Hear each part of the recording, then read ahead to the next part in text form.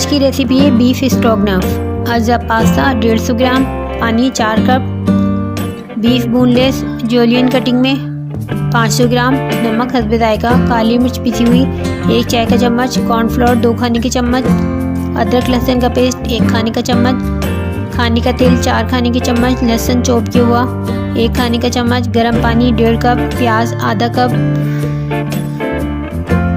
Mushroom 20 ग्राम, soya sauce 1.5 खाने के चम्मच, मैदा 3 खाने के चम्मच, क्रीम 3 खाने के चम्मच, पार्सले 5 ग्राम।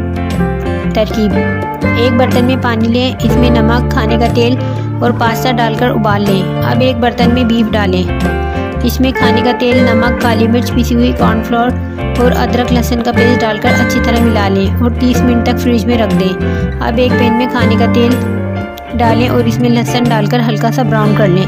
अब तैयार शुदा बीफ इसमें डालकर 3 से 4 मिनट तक पकाने के बाद इसमें गर्म पानी डाल दें और 15 से 20 मिनट तक दम दें। अब इसमें प्याज, मशरूम, काली मिर्च पिसी हुई और मैदा डालकर 3 से 4 मिनट तक पकाएं। अब इसमें क्रीम और पार्सले डाल दें। आपके मज़ेदार बीफ स्ट्रोगनफ तैयार है। मज़ीद आसान सी रेसिपीज़ के लिए चैनल को सब्सक्राइब कर दें, बेल आइकन को प्रेस कर दें। Thanks for watching.